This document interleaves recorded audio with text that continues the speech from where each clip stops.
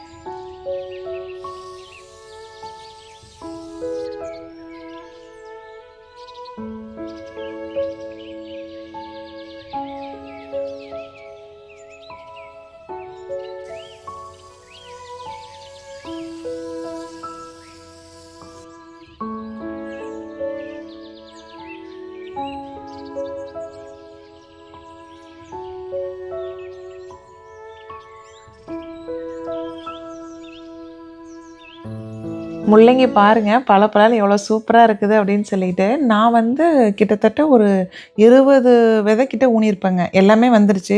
இன்னொரு 4 செடி மட்டும் கிழங்கு கொஞ்சம் பெருசாகலேன்ட்டு அதிலேயே விட்டுட்டேங்க.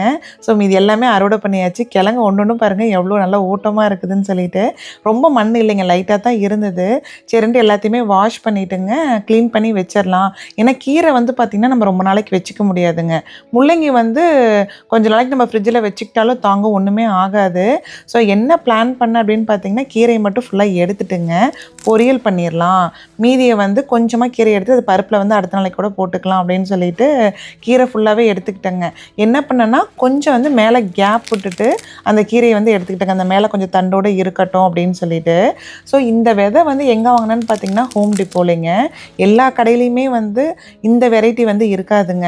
நான் நெறைய டைம் வந்து ஹோம் டிப்போ போகும்போதெல்லாம் இந்த வெரைட்டி கிடைக்கவே கிடைக்காது. பட் லக்கிலி வந்து பார்த்திங்கன்னா, அந்த டைம் கிடச்சிது. ஆனால் முள்ளங்கி வந்து தோட்டத்தில் கொஞ்சம் கம்மியாக தாங்க அந்த டைம் போட்டிருந்தோம். என்னென்னா இதோட ஹார்வெஸ்ட் டைம் வந்து பார்த்திங்கன்னா, 1 மாதத்தில் நம்ம பண்ணிடுறோம் இல்லைங்களா? ஸோ நம்ம நிறையா போட்டுட்டோம் அப்படின்னா கூட நம்ம ஃப்ரிட்ஜில் வச்சு ஸ்டோர் பண்ணி வச்சு வச்சு தான் சாப்பிட்ற மாதிரி இருக்கும். ஸோ நம்ம அப்பப்போதைக்கு வேணுங்கிற அளவுக்கு போட்டுக்கிட்டோம்னா கரெக்டாக இருக்குங்க. இப்போ கிட்டத்தட்ட ஒரு 20 கிட்ட வந்தது இல்லைங்களா? ஸோ நம்ம மறுபடியும் இப்போ விதை போட்டோம் அப்படின்னா அடுத்த 1 மாதத்துக்குள்ளே வந்துருங்க.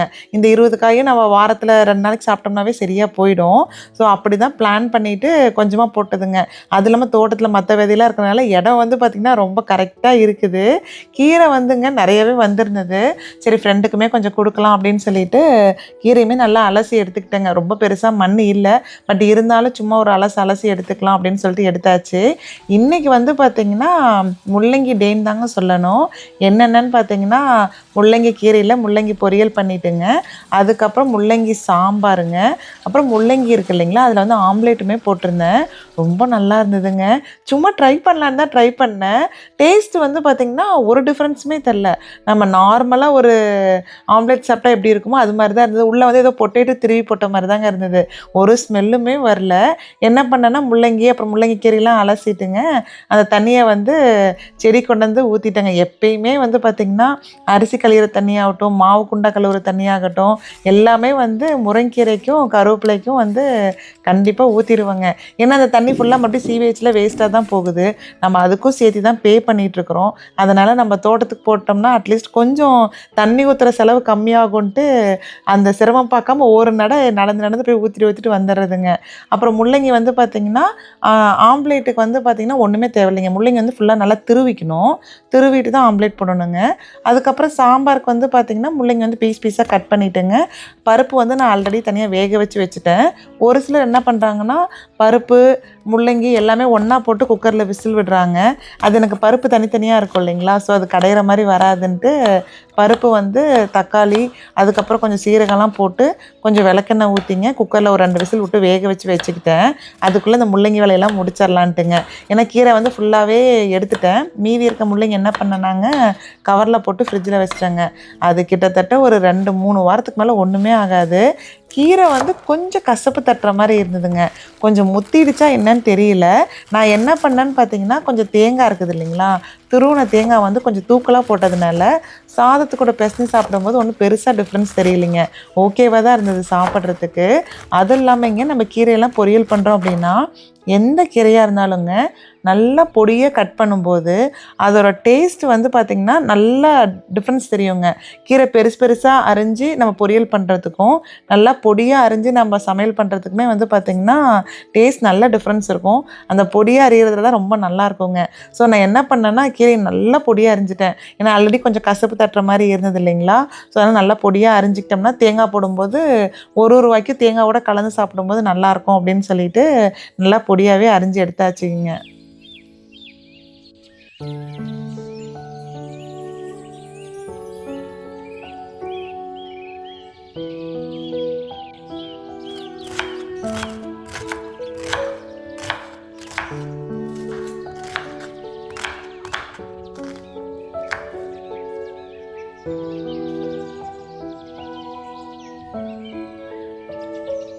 சாம்பாருக்கு, பொரியலுக்கு எல்லாத்துக்குமே வேணுங்கிற அளவுக்கு வெங்காயம், தக்காளி, பச்சை மிளகாய் எல்லாமே அரிஞ்சு எடுத்தாச்சுங்க.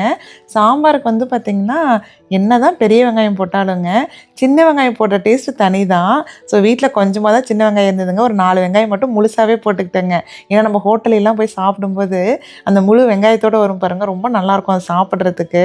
நான் வந்து ஆனியன் வந்து பார்த்திங்கன்னா, எல்லோ ஆனியன் தாங்க யூஸ் பண்ணுறது. சம்டைம்ஸ் ரெட் ஆனியனுமே யூஸ் பண்ணுவேன். எது நல்லாயிருக்குதோ அதை வாங்கிட்டு வந்துடுறதுங்க. சாம்பார் வந்து நான் எப்படி வைப்பேன்னு பார்த்தீங்கன்னா, எண்ணெய் ஊற்றிங்க, கடுகு, கருவேப்பிலை, பச்சை மிளகாய் எல்லாமே போட்டுட்டு, அதுக்கப்புறம் வெங்காயம் இருக்குது இல்லைங்களா, வெங்காயத்தை போட்டு நல்லா வதக்கிட்டுங்க, தக்காளியுமே போட்டுருவேன். ஒரு 2 தக்காளி போட்டு வதக்கிட்டு, தக்காளி நல்லா வெந்ததுக்கப்புறங்க முள்ளங்கியை போட்டு சாம்பார் பொடி வந்து ஒரு 2 ஸ்பூன் போடுவாங்க. போட்டுட்டு அதுக்கப்புறம் வேணுங்கிற அளவு தண்ணி ஊற்றிட்டுங்க, நல்லா அந்த முள்ளங்கி வெந்ததுக்கப்புறமா பருப்பு வந்து குக்கரில் தனியாக வேக வச்சுருக்கோம் இல்லைங்களா, பருப்பு வேக வைக்கும் போதே வந்து ஒரு 4 பல்லு பூண்டுமே போட்டுக்கோங்க, ரொம்ப நல்லாயிருக்கும். கூட தக்காளி அதில் வேக வச்சு போட்டாலும் நல்லாயிருக்குங்க, ஒன்றும் பெருசாக டேஸ்ட் டிஃப்ரென்ஸ் தெரியாது. பருப்பை ஊற்றிட்டு நல்லா ஒரு கொதி வந்ததுக்கப்புறங்க ஒரு எலுமிச்சம்பழம் சைஸுங்க, சின்ன எலுமிச்சம்பழம் சைஸில் வந்து புளியை கரைச்சி ஊற்றிட்டு நல்லா கொதிச்சதுக்கப்புறம் ஆஃப் பண்ணிடலாங்க. நீங்கள் என்ன தான் பார்த்து பார்த்து சாம்பார் வச்சிங்கனாலும் ஃபைனலாக வந்து அந்த நெய்யில் வந்து கடுகு, கருவேப்பிலை, பெருங்காயம் போட்டு தாளித்து கொட்டுறோம் பாருங்கள், அதில் இருக்க வாசமே தனிதாங்க. ஏன்னா குழம்பே வந்து பார்த்திங்கன்னா அவ்வளோ மணமாக இருக்கும். பருப்பு சாம்பாருக்கு மட்டும் இல்லைங்க, தட்டைப்பயிறு சுரைக்காய் எந்த குழம்பு வச்சாலும் ஃபைனலாக வந்து பார்த்திங்கன்னா எண்ணெயிலையோ நெய்லியோங்க எதில் வேணாலும் போட்டுக்கலாம். போட்டு நம்ம கடுகு, கருவேப்பிலை, ஒரு வரமிளகாய் போட்டு தாளித்து கொட்டிட்டு கொஞ்சமாக பொடியாக நறுக்கின கொத்தமல்லி தலையை போட்டுட்டிங்கன்னா அது சாப்பிடும்போது அந்த செம்ம டேஸ்ட்டாக இருக்குங்க. அதுவும் நம்ம தோட்டத்திலே கொத்தமல்லி தலை வேறு இருந்ததுங்களா, நல்லா ஸ்ட்ராங்காக இருந்ததுங்க அந்த ஸ்மெல்லு வந்து பார்த்திங்கன்னா. ஸோ அதை போட்டு மூடி வச்சாச்சுங்க. அடுத்தது பொரியலுக்கு வந்து பார்த்திங்கன்னா எண்ணெய் ஊற்றி கடுகு, கருவேப்பிலெல்லாம் போட்டுட்டு மிளகாய் போட்டுட்டுங்க, அதுக்கப்புறம் உளுந்தம்பருப்பு, கடலைப்பருப்பு கொஞ்சம் சேர்த்தி போட்டுக்கிட்டேன். ஏன்னா கீரை கொஞ்சம் கசப்பு தட்டுற மாதிரி இருக்குதுன்னு சொன்னேன் இல்லைங்களா, ஸோ அதனால் சேர்த்தி போட்டுக்கிட்டுங்க, வெங்காயம் போட்டு நல்லா வதக்குனதுக்கப்புறம் இந்த பொடியாக அரிஞ்சு வச்ச முள்ளங்கி கீரையுமே போட்டுக்கிட்டேங்க. அதுக்கப்புறம் கொஞ்சமாக மஞ்சத்தூள், உப்புங்க. தண்ணி வந்து நம்ம சேர்த்த தேவையில்ல, ஏன்னா நம்ம ஆல்ரெடி வாஷ் பண்ணும்போதே நம்ம இறுக்கி புழிஞ்சிருக்க மாட்டோம். அது இல்லாமல் கீரையிலே கொஞ்சம் தண்ணி விடுங்க. அடுப்பு வந்து நம்ம கொஞ்சம் சிம்மில் வச்சுக்கிட்டோம் அப்படின்னாவே அதுவே கீரை வந்து சீக்கிரம் வெந்துடும். நம்ம எந்த கீரைக்குமே தண்ணி ஊற்றக்கூடாதுங்க. தண்ணி ஊற்றிட்டோம் அப்படின்னா அந்த டேஸ்ட் வந்து கொஞ்சம் மாறின மாதிரி இருக்கும். ஸோ சிம்லேயே வேக வச்சுட்டுங்க, நல்லா வெந்ததுக்கப்புறம் கிட்டத்தட்ட 1/4 மூடிக்கு மேலே தேங்காய் வந்து நல்லா துருவி போட்டுக்கிட்டேங்க. நாங்கள் வந்து பார்த்திங்கன்னா இங்கே இந்தியன் ஸ்டோரில் முழு தேங்காயாக வாங்கிங்க கட் பண்ணி பீஸாக வந்து ஸ்டோர் பண்ணி வச்சுக்குவோம் ஃப்ரீசரில். ஸோ அதை வந்து வேணுங்கிறப்ப இந்த மாதிரி மிக்ஸி ஜாரில் வந்து அரைச்சி போட்டுக்கிறதாங்க. இங்கே பாருங்கள் எவ்வளோ தேங்காய் போட்டிருக்கேன்ட்டு, ஏன்னா அப்போ தான் கொஞ்சம் கசப்பு தட்டாது அப்படின்னு சொல்லிட்டுங்க. சரி சாம்பார் வைக்கும்போது ரசம் வைக்காமல் எப்படி இருக்குதுன்னு சொல்லிட்டு அப்புறம் ரசமும் வச்சாச்சுங்க. ரசம் வந்து பார்த்திங்கன்னா பூண்டு, சீரகம், மிளகு, வரமிளகாய், கருவேப்பிலை எல்லாமே போட்டு அரைச்சிட்டு ஒரு 2 தக்காளியை போட்டு அதிலே அரைச்சிட்டுங்க, எண்ணெய் ஊற்றி கடுகு, பெருங்காயம்லாம் போட்டுட்டு அதுக்கப்புறம் புளியை ஊற்றிட்டு இந்த அரைச்சி வச்சதையும் போட்டு மஞ்சத்தூள், உப்பு போட்டு நல்லா கொதிக்க வச்சுட்டா அவ்வளோதாங்க. இன்றைக்கி தான் ஃபஸ்ட் டைம் வந்து பார்த்திங்கன்னா அந்த முள்ளங்கி ஆம்லேட் ட்ரை பண்ணுறேங்க. ஏன்னா முள்ளங்கி வேறு நிறையா இருந்தது பாருங்கள் தோட்டத்தில். ஸோ என்ன பண்ணுறதுன்னு தெரியல, நம்ம வித்தியாசமான ரெசிபிலாம் ட்ரை பண்ணலாம் அப்படின்னு சொல்லிட்டு தான் ட்ரை பண்ணேன். சரின்ட்டு என்ன பண்ணேன்னா முள்ளங்கியை ஃபஸ்ட்டு துருவிக்கிட்டேங்க. நல்லா இந்த மாதிரி நீள் நீளமாக துருவிக்கிட்டேன். இதை விட பெருசாக திருவுற மாதிரி இருந்தால் கூட திருவிக்கோங்க, நல்லா தான் இருக்கும். ஏன்னா நம்ம ரொம்ப குட்டி குட்டியாக திருவும் போதுங்க நிறைய தண்ணி விடுற மாதிரி இருக்குது. அதனால் கொஞ்சம் நல்லா பெருசு பெருசாக இருக்க மாதிரி திருவிக்கிட்டுங்க, அதில் இருக்க தண்ணியை மட்டும் லைட்டாக ஸ்க்வீஸ் பண்ணி எடுத்துக்கலாம். அதுக்கப்புறங்க ஒரு பவுலில் வந்து ஒரு முள்ளங்கிக்கு ஒரு 4 முட்டை இல்லைன்னா 3 முட்டைங்க, நம்மளோட டேஸ்ட்டுக்கு தகுந்த மாதிரி எவ்வளோ வேணால் போட்டுக்கலாம். முட்டை வந்து நல்லா பீட் பண்ணிவிட்டுங்க, அதுலேயே வந்து இது கொஞ்சம் பெப்பரு, சால்ட்டு, பச்சை மிளகாய் பொடியை நறுக்கி அதையுமே போட்டு கலந்து வச்சுட்டுங்க, ஃபஸ்ட்டு வந்து பேனில் வந்து முள்ளங்கி நல்லா ஸ்ப்ரெட் பண்ணி விட்டுக்கணுங்க. ஸ்ப்ரெட் பண்ணி விட்டுட்டு அடுப்பை வந்து நல்லா சிம்மில் வச்சுட்டுங்க, ஒரு 10 நிமிஷம் ஒரு 2 நிமிஷம் வேக வைங்க, ரொம்ப நேரம் வேக வைக்கக்கூடாது. 2 நிமிஷத்தில் வெந்துடும். வெந்ததுக்கப்புறம் அது மேலே அப்படியே வந்து நம்ம பீட் பண்ணி வச்சுருக்கோம் இல்லைங்களா எக்கு, அதை வந்து ஊற்றிடுங்க, ஃபுல்லாக கவர் ஆகிற மாதிரி ஊற்றிடுங்க. நான் வந்து இதுக்கு நான்ஸ்டிக் தான் யூஸ் பண்ணேன். இல்லை நம்ம டைரெக்டாக வந்து அந்த எக்கில் நம்ம கலந்து ஊற்றிருந்தோம்னா தோசைக்கல்லையே நல்லா வந்திருக்கும். ஏன்னா நம்ம இதில் வந்து பேனில் வந்து ஃபஸ்ட்டு முள்ளங்கி ஃப்ரை பண்ணிவிட்டு ஊற்றுறோம் இல்லைங்களா, ஸோ அது நல்லா வராது அப்படிங்கிறதுக்காக நான்ஸ்டிக் ட்ரை பண்ணேன். ஏன்னா எனக்கு வந்து அந்த லைட்டாக அந்த பேர்ன் ஸ்மெல் வருங்க, அது வந்து ரொம்ப நல்லாயிருக்கும், ஒரு மாதிரி கிறிஸ்பியான ஃப்ளேவர் மாதிரி இருக்கும். அதுக்காக தான் ஃபஸ்ட்டு முள்ளங்கியை வேக வச்சுட்டு அதுக்கு மேலே வந்து முட்டையை ஊற்றுனதுங்க. ஸோ அவ்வளோதான். இங்கே பாருங்கள் எவ்வளோ சூப்பராக வந்திருக்குதுன்னு சொல்லிட்டு ரொம்ப நல்லா இருந்ததுங்க. எனக்கு வேறு ரொம்ப தயக்கமாக இருந்துச்சு, ஐயோ நம்ம புதுசாக ட்ரை பண்ணுறோமே எப்படி வரப்போகுதுன்ட்டு. ரொம்ப நல்லா வந்திருந்தது. அதுக்கப்புறம் பார்த்திங்கன்னா வீட்லேயே இந்த உளுந்து அப்பளம் இருந்ததுங்க. உளுந்தாப்பளமும் அப்புறம் கொஞ்சம் இந்த ஜவ்வரிசி சிப்ஸுமே இருந்தது. எனக்கு வந்து இந்த ஜவ்வரிசி சிப்ஸ் வந்து ரொம்ப பிடிக்குங்க. ஊர்லேருந்து வரும்போதே பொரிக்கடையில் அம்மா வாங்கி கொடுத்து விட்டுருந்தாங்க. சரின்னு சொல்லிட்டு அதையுமே பொரிச்சாச்சுங்க. ஸோ இங்கே பாருங்கள், இன்றைக்கி வந்து ஒரு மினி முள்ளங்கி கல்யாண விருந்துன்னு தான் சொல்லணும். என்னென்னு பார்த்தீங்கன்னா சாதம், சாம்பார், பொரியல், அதுக்கப்புறம் ரசம், அதுக்கப்புறம் முள்ளங்கியில் வந்து ஆம்லேட்டு, அப்பளம்னு தடபுடலான விருந்து தாங்க. செம்ம சூப்பராக இருந்தது. மதியம் சாப்பிட்டு வந்து ஈவினிங் வந்து பசிக்கவே இல்லைங்க. ஏன்னா மதியமே ஹெவியான லஞ்சுன்னு தான் சொல்லணும். ரொம்ப நல்லா இருந்ததுங்க.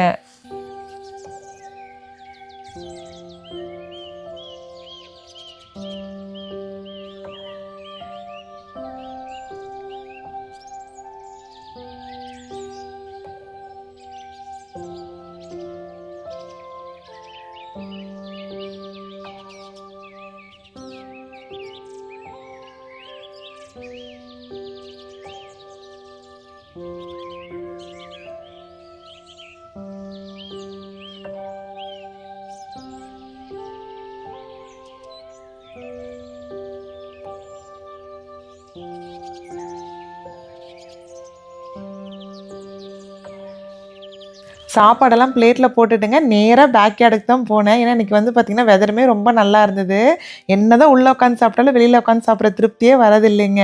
அதுவும் இப்போலாம் குயில் வந்து பேக் யார்டில் ஏகப்பட்டது வருதுங்களா, அந்த குயில் சத்தத்தோடு சாப்பிடும்போது இருக்கிற ஃபீலே தனிதாங்க. ஸோ எல்லாம் சாப்பிட்டு முடிச்சுட்டு அடுத்த செட் ஆஃப் முள்ளங்கி விதையுமே போட்டுடலாம். இப்போ போட்டால் தான் 1 மாதத்தில் வரும் அப்படின்னு சொல்லிட்டு பிளான் பண்ணியிருக்கிறேங்க.